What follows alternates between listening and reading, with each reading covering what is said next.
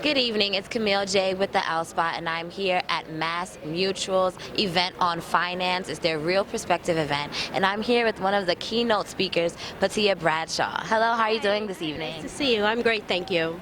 Well, can you tell us a little bit about yourself and the company that you're representing today? Yes, so this evening I'm representing the New York City chapter of Women in Insurance and Financial Services. It is actually an 80-year-old organization that's committed to attracting, developing, and advancing the careers of women in the insurance and financial industry. I mean, even though women have made great moves forward in the industry, they still represent, I think, something less than 15% of the actual professionals in the industry. So we definitely have a lot of work to do. It is definitely a really resource-rich organization. It's a national organization. They have over 20 chapters nationwide, and I'm the president of the New York City chapter.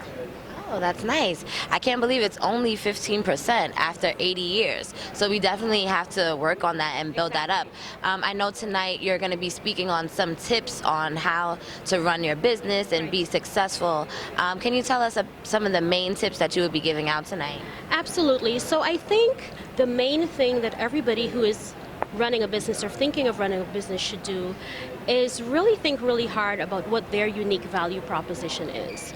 So at this point, it's not impossible, but it's pretty difficult to have an original idea or an original product. A lot of the companies over the last, let's say, 20 years who have done really well have done so by kind of putting a new spin on existing products and kind of filling a gap in terms of the functionality that they have. So as a business owner, you really need to get comfortable from the very beginning, articulating what's different specifically about your business or your process, because it also helps you to go after your ideal target customer. Right, definitely. You have to have a little spin, show them why they should choose you. Exactly. Is there any other tips? I know you have a list of 10 major tips. Exactly. So, okay, unique value proposition, that's one. What's another major tip that our audience needs to know? Is seeking the help of mentors early in the game, right? I kind of think of mentors as people who can save you a lot of pain, whether it be, making costly mistakes or just kind of going in a direction that will, not lead to the result that you're hoping for. How does one go about getting a mentor, whether it's in getting your own business or really in any aspect of your life? How do you approach someone and say, hey, I would like for you to help me? The great thing about people who are interested in being mentors is that they usually tell you. So I would say, depending on the industry that you're in, you should do your research, find out what resources are available. Are there trade organizations? Are there organizations like Women in Insurance and Financial Services? And most established organizations have a mentoring program that is set up already, because at this point, I think we know that having somebody to guide you along the way, whether it's a career or a business, definitely helps to move the needle in the right direction. Definitely, that's wonderful. And lastly, would you have any advice to our audience that are trying to start their own business and navigate through, the process? Yes, I would say definitely do your research. Especially with digital marketing, it's very easy for you to listen to see what's going on in the space. Develop a list of aspirational competitors, so people who are doing whatever you want to do and doing it well, and kind of figure out what they are doing that is making them so successful. Definitely. Can you tell us where we could find you or your company and seek more information? Yes, so you can go online and find the chapter website. The URL is wifs.nyc, and we have all information on there about membership, about the events that we have. There's actually a handout at this event. We do monthly networking events, and they're a combination of social events and educational events. It sounds great. Patia Bradshaw, thank you so much for speaking with the keynote speakers today, Amy Geffen, and you're here with the Financial Women Association.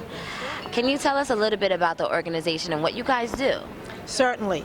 The Financial Women's Association is celebrating its 60th year as an organization that enhances women's careers in the financial arena.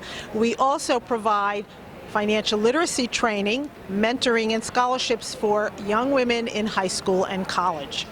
That sounds great, especially being women. We need to take a focus on finance and really need to get in there. Can you tell us about some of the services that the organization provides and how you guys do it? Yes. So we get grant funding from some large organizations, and we provide the training for high school students and college students in a 6-module program that includes things like banking and credit and investing. So people learn basic financial literacy to help them with their money. Okay, that sounds good, especially to start in high school and college. That's a perfect age because they're going to get out into the real world very soon. I know you're going to be speaking to the audience here today. Can you tell me some of the tips that you're going to give the audience on how to be financially successful? Certainly, be happy to. I'm going to talk about today your career and how to take the steps necessary to make a transition, change jobs, change fields or industries, and that includes things like doing a self-assessment of your skills and interests, targeting your job title, your industry and companies, as well as preparing yourself for your pitch, your cover letter, your resume, and your interview skills. Wow, sounds great. Sounds like you'll be giving some needed advice out here today. So can you tell us lastly, where can we find more about this organization and if we want to join or seek more information? Okay. Financial Women's Association can be found at www.fwa.org.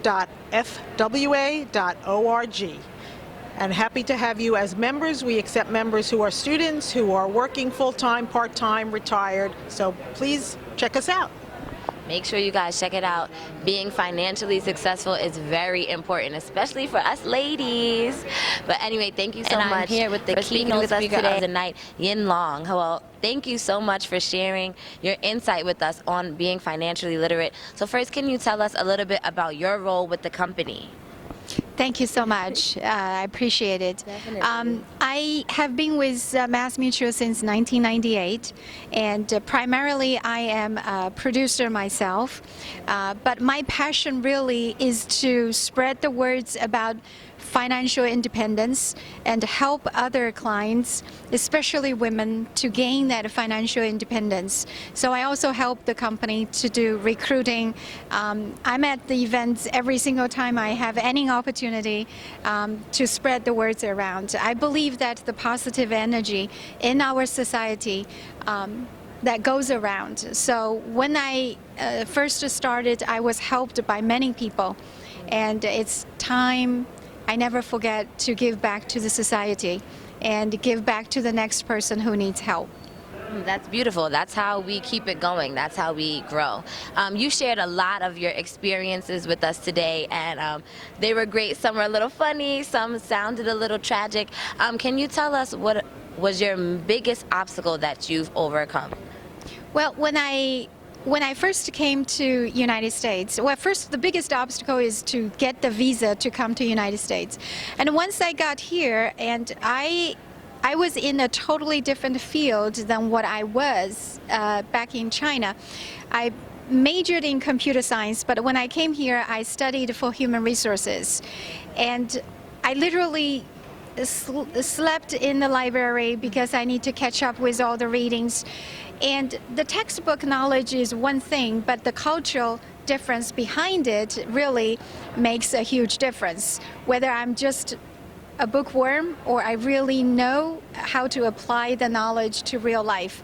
So I think getting myself situated and adapt to myself, most importantly, is train my thoughts to really understand what I'm facing. When people say, oh, you know, you're barking up the wrong tree, and I'm like, I wasn't barking, you know, but now that I try to understand what is behind the sentence. Right. So I think overcome that, and it's an ongoing struggle because I always resort back to my Eastern philosophy, and there's always, inevitably, there's certain conflicts, but never be afraid of any conflicts. I think conflicts just pose opportunities for me to improve, to be a better person.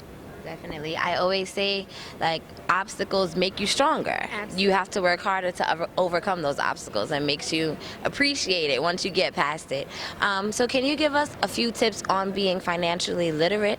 I know that was the theme of tonight's program. Do you have any tips for our audience? Yes, I think number one is read. Okay, I'm a passionate reader. I read everything and listen to the broadcast, the CNN, the Bloomberg News, and oftentimes that when you're first, I mean, even for me nowadays, when I listen to the news, some of the terminologies when they use, I don't get it. So never be afraid. Just listen. Once those terms kind of sink in, and then you have a better understanding. So read, read, read. Ask questions. Never be afraid. I know that sometimes we say, "Oh, maybe my question is too simple." question, You know, I don't want to. Well, I don't want to ask. Trust me, there's no stupid question. There's no simple question. It's just question. So always ask questions. And another thing is take notes. Okay, I go to seminars. I learn things, and when I leave the seminar, I forgot a half of it already, okay? So, but what I find out that helps me tremendously is take notes. Okay, today I learned what mutual fund is. I'm just gonna take notes and try to remember. And those are a few things that I always have a notebook with me. Those sound like some great tips. You gave a great talk with us today. You really left with being nice and financially literate. I hope our audience is too. You guys did a great job putting on the event tonight. First, can you please introduce yourselves and tell us your role with the MassMutual company? Hello, I'm Betty Jarvis. I'm a financial professional with MassMutual. Hi, I'm Desiree Kinney. I'm an agency recruiting director and relationship director. Hi, I'm Maria, and I'm a financial professional with MassMutual. Hello, I'm Saya Weda, and I'm also a financial professional with MassMutual. Hello, this is Vanessa, and I'm a financial planner with MassMutual. Well, ladies, thanks again for putting on this nice event. It's the second event in a row that you guys had. Last one was on entrepreneurship. This one was a focus on finance. So can anyone tell me what's the importance of being financially literate, and why did you guys want to put this event on today? Being financially literate means that you're knowledgeable, and knowledge is power. Definitely, you got that. Why did you guys want to put on this event today? We wanted to put this event together so we can spread good vibes and so we can feel connected with each other. Anyone like to add? I mean, the reason why you're having this event is also because we want to educate women about finance, and they can take responsibility and ownership of their finances, and not only let men take care of it. That's so true. That's so true.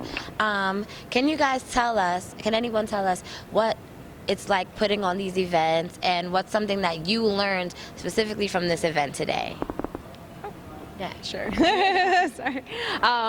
So I actually have to say, one, this wouldn't have happened without the support of this amazing team. So one of the biggest things is having support, having a sisterhood to make it happen, and each of these women played a crucial role. And I have to just give a quick shout out to our keynote speaker who happened to join us, Yin Long, who is printed in the annual report of MassMutual. Like, that is phenomenal. So breaking barriers. And I think that is one of the things that a lesson learned, that you can find your place in any space. You create the space.